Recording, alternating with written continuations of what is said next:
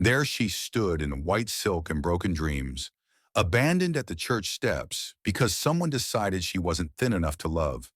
No relatives to comfort her, no sanctuary to retreat to, no tomorrow that seemed worth facing. Then a widowed father with empty pockets but a full heart offered her the only treasure that mattered, an unlocked door and a small boy who would soon whisper, "Mama," in the darkness. This tale transcends romance. It speaks to the grace that arrives unannounced in houses where paint chips away and porch swings hold the memory of fresh starts. If narratives like this restore your faith that compassion endures, please consider subscribing so you won't miss what comes next. Now let me share what unfolded when she appeared at his threshold.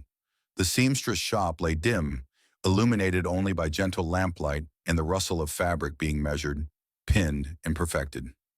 The clock showed nearly 7 in the evening, hours beyond closing time. Yet Maya couldn't bring herself to depart. She seldom could these days. Her reflection stared back from the mirror. A woman in her 30s, neither youthful nor elderly, imperfect yet brimming with silent dreams woven into every thread of the cream-colored gown she wore. Her fingers, roughened by countless years of stitching, quivered as she smoothed the hemline. "This is it," she murmured to the empty room, her voice breaking slightly. "This is truly the one." She had crafted hundreds of gowns in her modest downtown workshop, dresses for women with delicate features and narrow waists, whose laughter sparkled like wind chimes. Women who entered her studio anxious and departed radiant. She had observed them trying on tulle and organza and satin, sometimes with envy, sometimes with pride, always careful to hide both emotions. Yet this particular gown, this one she had sewn during sleepless midnights and lonely dawns, it belonged to her. David had asked for her hand after 6 months of secretive meals and polite conversations. He possessed charm and offered security in that detached manner. He never truly gazed at her with longing, but he offered smiles and showed consideration. And he convinced her that perhaps she wasn't excessive, too heavy, too reserved, too overlooked. "Understated," he'd replied when she inquired about his dress preferences. "Nothing too elaborate." So she created a conservative silhouette, tailored bodice, A-line skirt, sleeves that ended just past her elbows. She didn't attempt to conceal her figure, but rather softened it. She convinced herself that others' opinions didn't matter. She only required him to appear. Tomorrow afternoon marked their wedding day. The chapel was reserved. The dessert was prepared. Elena, her dearest friend and the town's baker, had ensured everything was ready. Maya hadn't permitted herself to feel excitement, only comfort. Comfort that someone had finally selected her. Yet as she pivoted before the mirror, something felt wrong. She didn't feel like a bride. She felt like someone performing a role. Her phone chimed against the counter, a message from an unfamiliar number. Her fingers trembled, then went rigid. "Maya, it's David. I apologize. I cannot go through with this. I believed I could, but I'm unable to. Please don't attempt to contact me." For an extended moment, the shop remained silent, except for the gentle whirring of the vintage refrigerator in the back corner. Her hand, still gripping the phone, fell to her lap. Her reflection blurred as her body began trembling. She didn't weep, not immediately. Instead, she slowly lowered herself onto the small velvet stool in the corner, her dress spreading around her like spilled milk. What stung most wasn't his departure. Part of her had anticipated it. What shattered her was the tiny voice inside that whispered, "Naturally, he did." Who would remain? She remained there as the room darkened, as shadows lengthened and night crept through the storefront windows. Finally, she rose, removed the gown, folded it with shaking hands, and placed it tenderly into the box she had saved for this occasion. The box was ivory, decorated with gold lettering that read, "For the day you'll treasure forever." She nearly laughed bitterly. The church stood only 2 blocks away, too late to cancel the reservation. Perhaps from habit, or maybe from hope's final gasp, Maya walked there, carrying the dress as if it still held meaning. The sunset cast the bell tower in warm amber light. The lot was deserted, the sanctuary quiet. She settled on the weathered stone steps and placed the dress beside her. That's where Samuel Rodriguez discovered her. He wasn't searching for anyone. He was simply walking his 7-year-old son, Oliver, home from the library.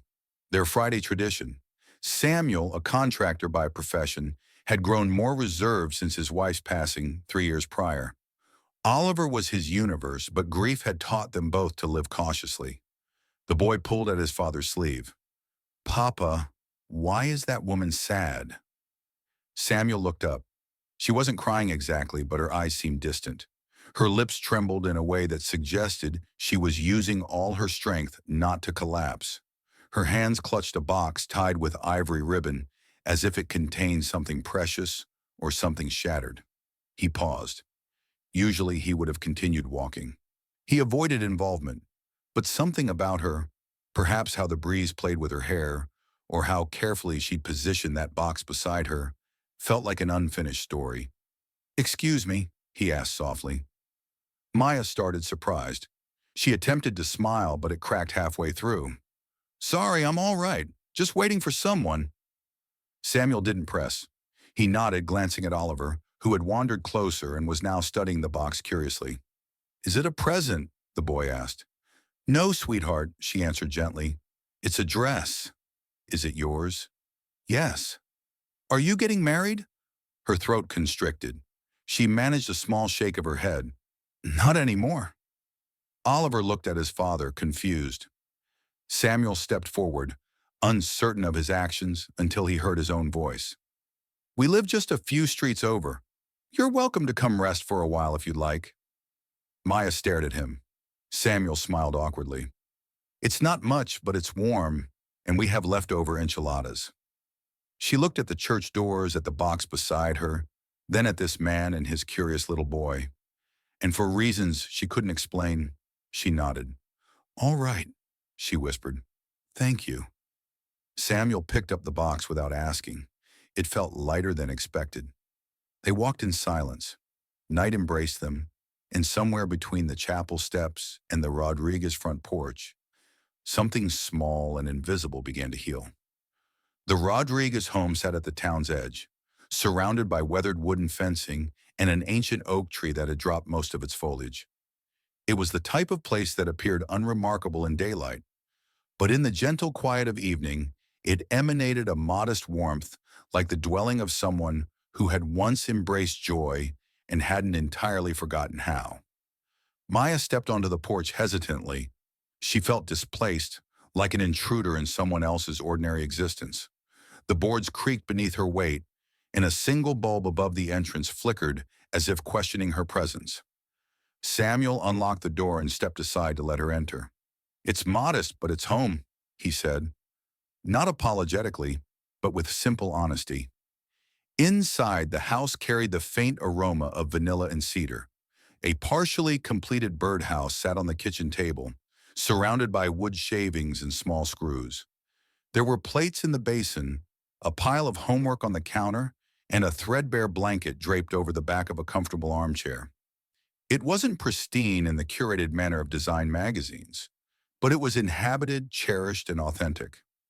"Please make yourself comfortable," Samuel said, setting her box gently near the coat closet. "I'll warm up some food." Maya nodded silently, gripping her handbag as if it might vanish. Oliver had already removed his shoes and was now attempting to untie her laces. "You don't need to," she began. "I'm really good at it," he said proudly, his tongue peeking from the corner of his mouth in concentration. "Mama taught me." The room grew still. The word "mama" lingered in the air like a spirit. Samuel didn't flinch, but his shoulders tensed slightly as he opened the refrigerator. "Enchiladas okay?" Maya nodded. "Thank you again." He reheated the meal while Oliver chattered about stories and puppies and the aggressive goose at school, and Maya sat at the edge of the sofa, as though uncertain if she was truly permitted to touch it. She hadn't sat in a stranger's living room since childhood, and even then it had felt less foreign than this moment. As they dined, Samuel asked no questions. He didn't probe, didn't pry, didn't offer sympathy. He simply passed her the cornbread and ensured her water glass remained full. This kind of silence was unfamiliar to her. Most people, when they sensed vulnerability, hurried to fill it with words, counsel, compassion, empty phrases. Samuel offered space instead. Space to breathe. Space to be wounded without explanation. Oliver dozed halfway through his second portion. Maya offered to carry him to his room, and Samuel hesitated, but something in her expression, something gentle and nurturing, made him agree. His bedroom was painted a soothing azure with stars adhered to the ceiling and mismatched linens on the bed. She laid him down carefully, pulled the covers to his chin, and lingered just a moment longer than necessary. "Miss Maya," he mumbled, barely conscious, "will you still be here tomorrow?" She froze. "I don't know," she whispered. Later, Samuel handed her a folded throw and gestured to the pull-out sofa in the study. "You're safe here," he said simply. "No one expects anything. Just rest." She accepted the blanket and sat, running her hand along the couch's fabric. She had begun the morning preparing for a wedding and ended the evening in a stranger's home wearing yesterday's shoes. Somehow this felt more genuine than any of it. "You don't want to know?" she asked quietly. Samuel stood in the doorway, silhouetted by hallway light. "You'll share if you want to." She looked down. "I was supposed to marry tomorrow. I made the dress myself." He sent a text. Samuel was quiet for a long moment, then nodded slowly. "That's heartless." "I'm sorry. I thought I finally mattered," she added, barely audible. "But perhaps he just wanted someone compliant, someone effortless. I think I was just convenient." Samuel leaned against the frame. "Then he didn't deserve you. Simple as that." Maya met his eyes. He wasn't trying to flatter her. He wasn't trying to repair her. He simply believed what he said. That more than anything made her eyes burn. She lay down with the blanket pulled to her chin, watching shadows dance across the ceiling. She didn't sob, not fully, but tears came in their own time. Silent, private, purifying. At sunrise, the house was peaceful. She slipped out to the porch, wrapped in the throw, watching as morning mist rose over the fields beyond. The air smelled of burning wood and moisture. A mug of coffee appeared beside her.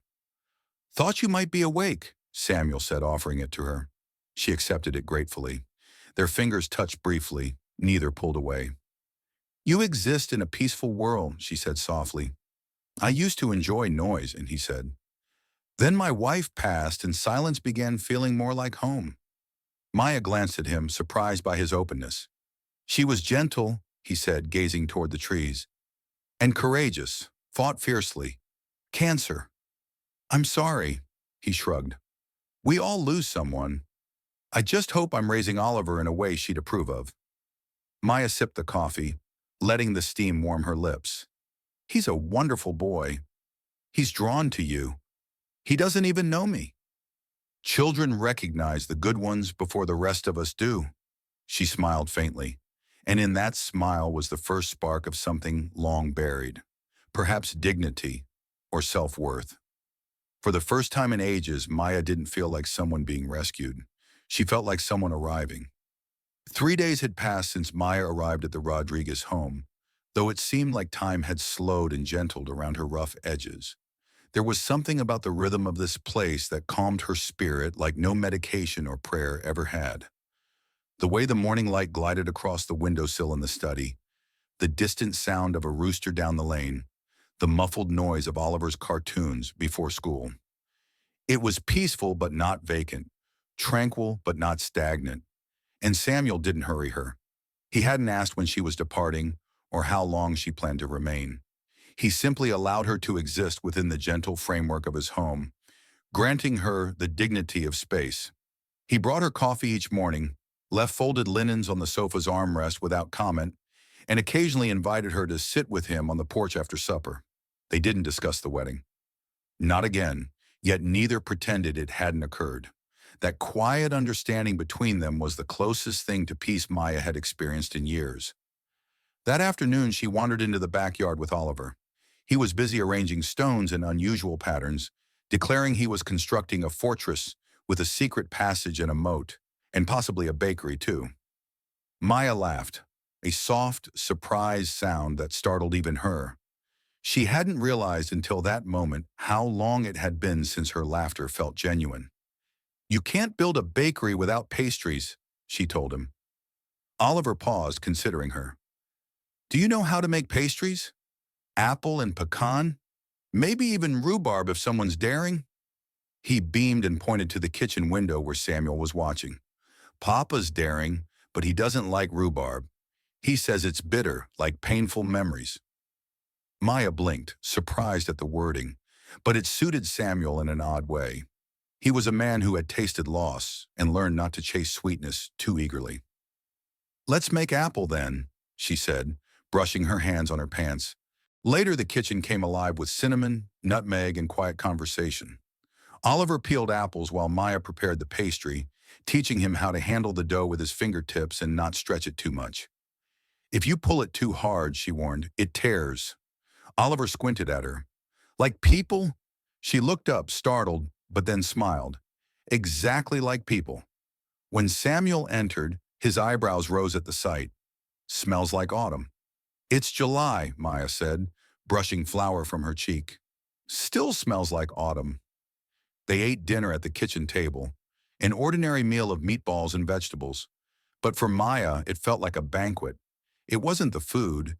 It was how Oliver reached for her hand during grace, how Samuel passed her the salt without needing to be asked.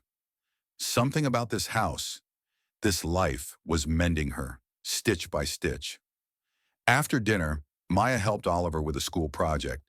He was constructing a model of a bird, or possibly a dinosaur. He hadn't decided yet. The feathers kept detaching from the adhesive. "Miss Maya," he asked while adjusting the wings, "why are you staying here?" She hesitated. "Because I needed somewhere to heal." "Were you heartbroken?" She nodded. "Because someone abandoned you?" Maya glanced at Samuel, who sat nearby, sanding a piece of timber. "Yes," she said softly. "Someone who didn't really see you?" "Not truly." Oliver frowned. "Well, I see you." She smiled, eyes stinging. "And I enjoy your laughter," he added. "You should laugh more often." Samuel looked up at that. Their eyes met, and for the first time, Maya didn't look away. That night, she opened the box. The wedding dress still lay inside, untouched. She ran her fingers along the edge of the fabric and thought not of David, but of herself, of the woman who had stitched it together in darkness, hoping it might be the thing that made her complete. She stood holding it up in the glow of the hallway light. It was lovely, carefully crafted, delicate yet strong, just like her.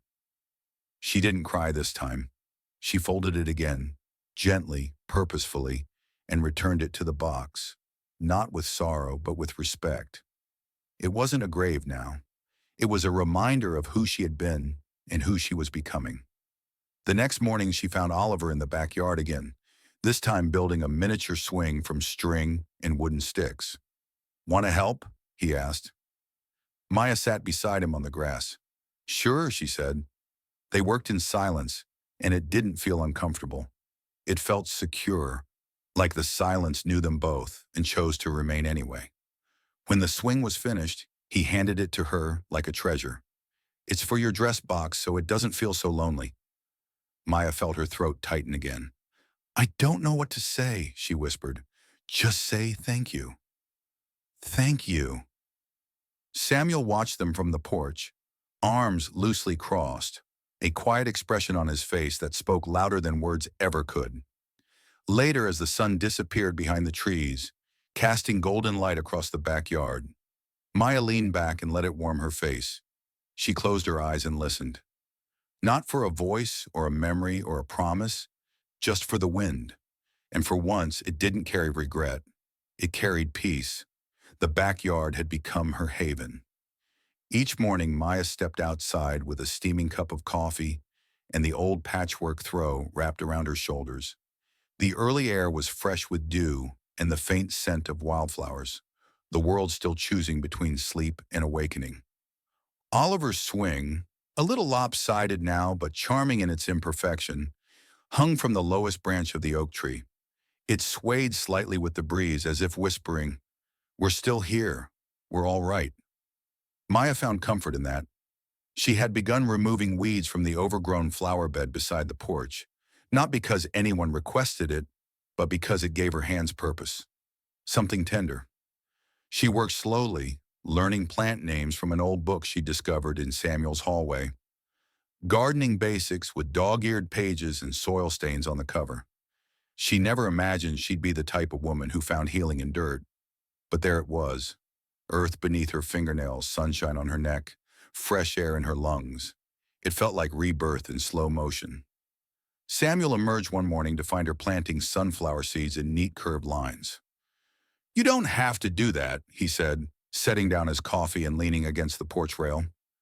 "I know," she replied without looking up. "That's why it helps." He studied her for a long moment. Her hair was pulled back in a loose ponytail, her face glowing from exertion. There was a smudge of dirt on her temple, and her hands were rougher now than when she'd first arrived. She looked alive. "Oliver says you're teaching him about flowers now."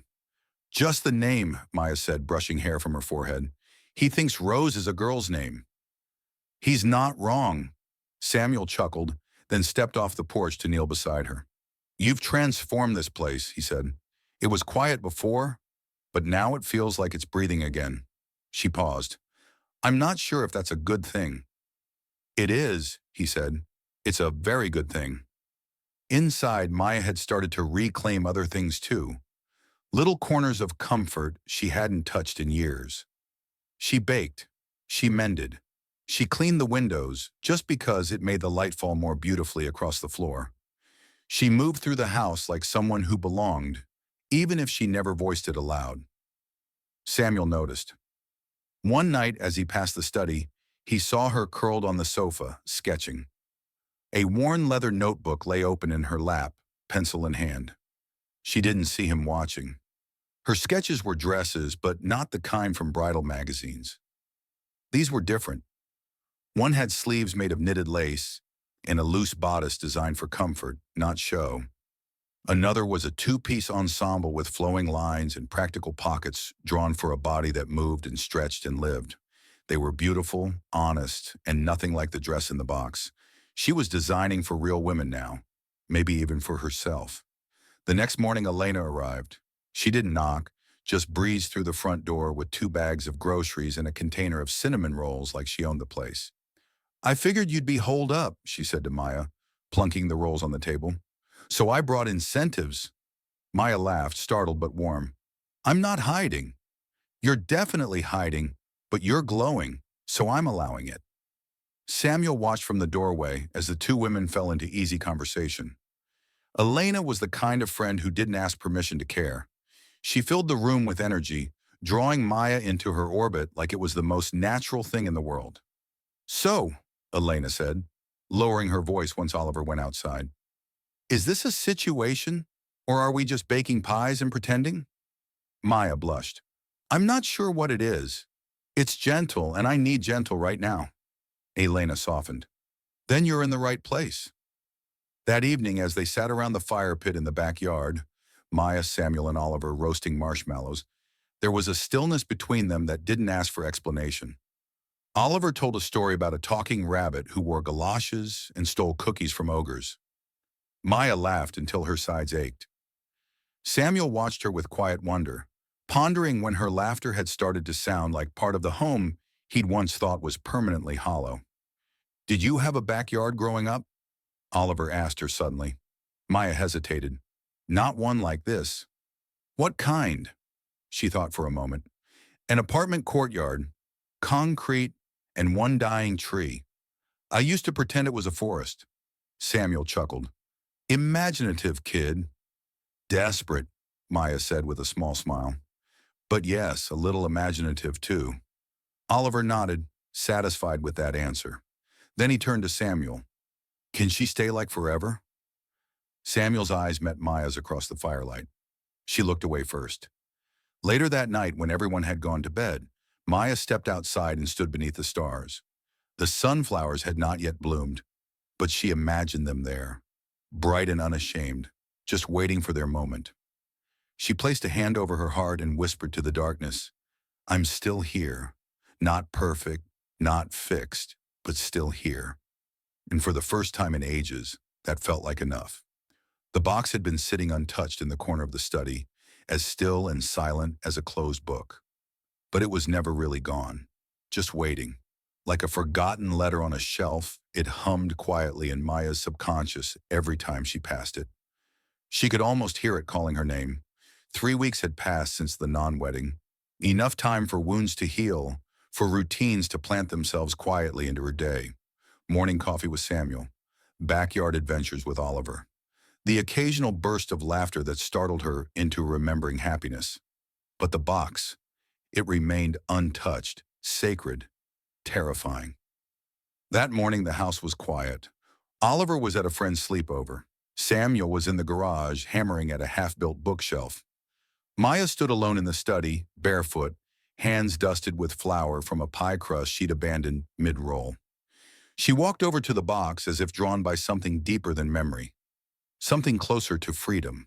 Her fingers hesitated at the ribbon, ivory, soft, elegant. It had once felt full of promise. Now it merely felt full of weight. She untied it slowly, then lifted the lid. There it was.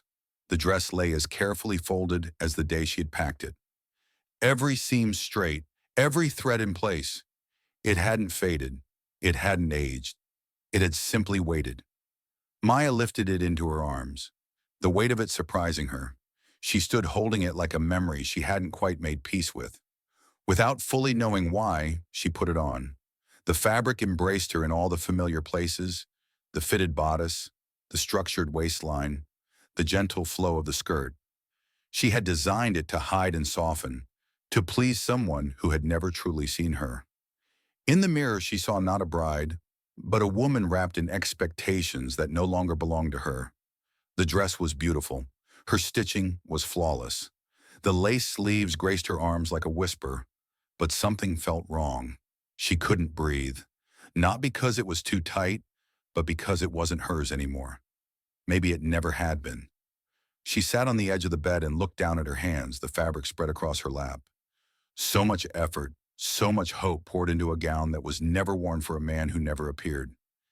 It hadn't been a waste. It had been a lesson. She stood, removed the dress carefully, and laid it across the bed. Then from the basket in the corner of the study, she pulled out her sketchbook.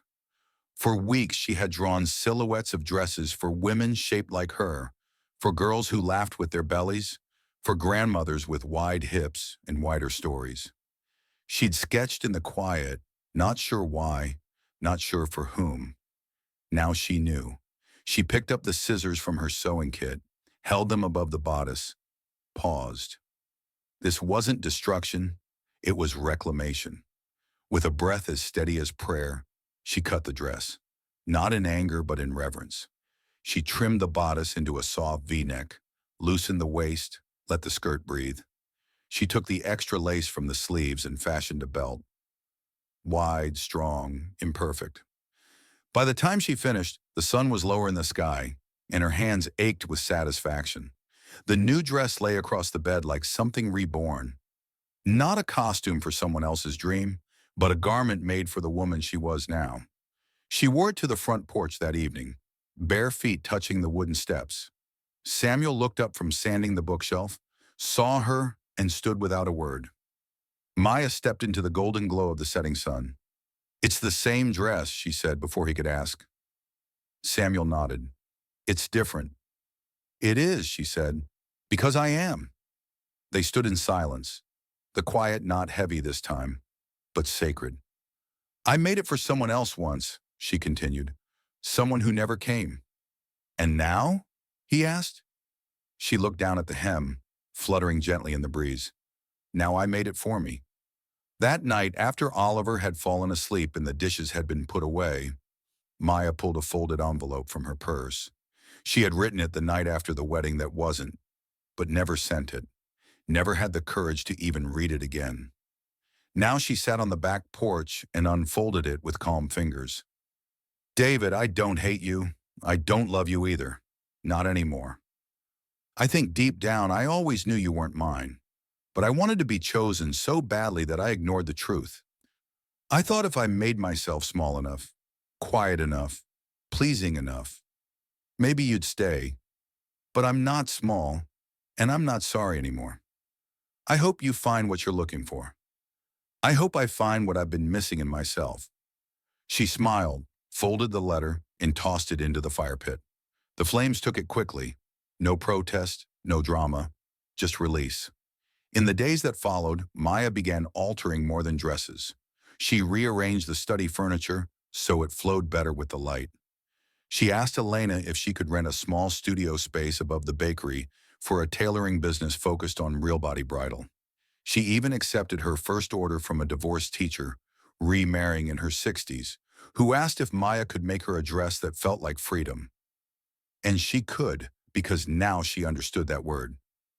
On a Saturday morning, Oliver ran into the kitchen, hair tousled, arms flailing. "Miss Maya," he shouted, "you forgot the swing." She blinked. "What?" "In your dress, the one you fixed. You forgot the swing I made you." She knelt down. "Then I guess we'll just have to sew it in." His eyes lit up. "Really?" "Really," she said, and took the little felt swing he held out. Some things are worth keeping close. And as she stitched the tiny keepsake into the seam of her dress, Maya realized something profound. She hadn't just altered a garment. She'd altered her story. The past has a way of finding you, especially when you've finally begun to move forward. It was a Wednesday. The air was thick with the smell of fresh rain, and Maya stood in the kitchen pulling a warm pie from the oven when she heard the knock. Not the knock of a friend, not the hesitant tap of a neighbor. This was sharp, certain. She wiped her hands on her apron, glanced toward the study where Oliver was humming over a puzzle, and opened the door. There he was, David Martinez, in a crisp navy jacket, holding his phone in one hand, the other shoved deep into his pocket like he was trying to anchor himself. Maya blinked. David looked exactly the same. That same handsome, polished face, that same unnerving composure. But something was different now.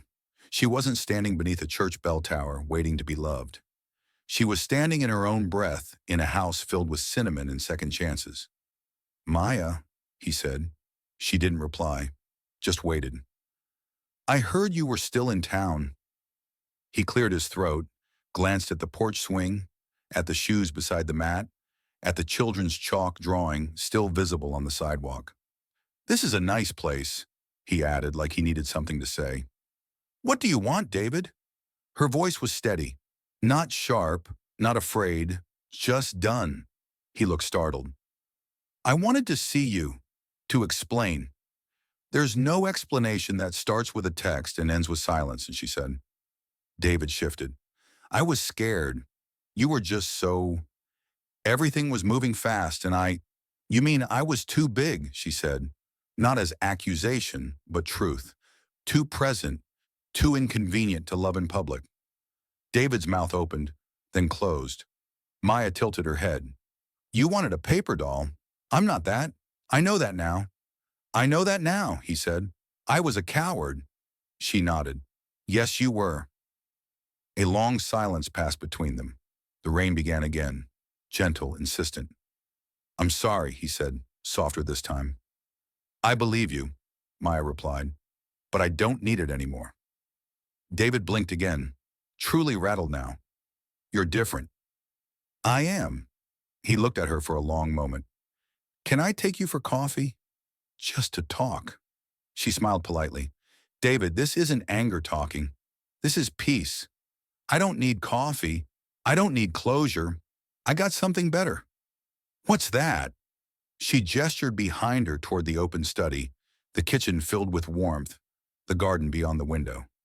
"A life, one that doesn't need you in it." He left soon after. She watched him go, not out of bitterness, but with a quiet kind of gratitude. She had been a woman who once begged for crumbs of affection. Now she was someone who made her own table, set it with care, and invited only those who brought nourishment. When she turned back into the house, Oliver looked up from his puzzle. "Who was that?" "No one I need anymore," Maya said, kissing the top of his head. That evening, she found Samuel in the backyard, sanding the frame of what looked like a garden bench. "You okay?" he asked without looking up. She nodded. David came by. Samuel's hand stilled. He looked up, jaw tight. It's fine, she said. He came looking for something, but he was already too late. Samuel searched her face, then nodded. You handled it? I did, and I didn't even shake. He smiled. I'm proud of you. Maya picked up a piece of sandpaper and joined him. They worked in silence, an intimacy stronger than touch. Later that night, Maya sat on the porch, sketchbook in her lap. The stars overhead were soft and scattered, like glitter spilled across a velvet sky. She sketched a new design, a dress with strong seams and bold pleats made to move, to laugh, to stretch and stand. She called it the Reclamation. It would be her first piece in the new collection she hadn't told anyone about yet. Not even Samuel, but it was forming, just like she was. In the following days, something shifted subtly in the house. Oliver clung a little tighter when she tucked him in. Samuel lingered a little longer in the kitchen each morning. The three of them moved as a unit now, not in obligation, but in rhythm. One afternoon, while baking with Oliver, Maya felt a tap on her shoulder. She turned to find the boy holding out a drawing. It was a house, their house, with a swing and flowers and three people. One tall, one medium, one small, all holding hands. You forgot the dog, she teased, voice catching. He beamed. I'm adding him tomorrow. Who are they? She asked. He pointed. That's me. That's Papa. And that's you. She couldn't speak. You look happy, he said matter-of-factly.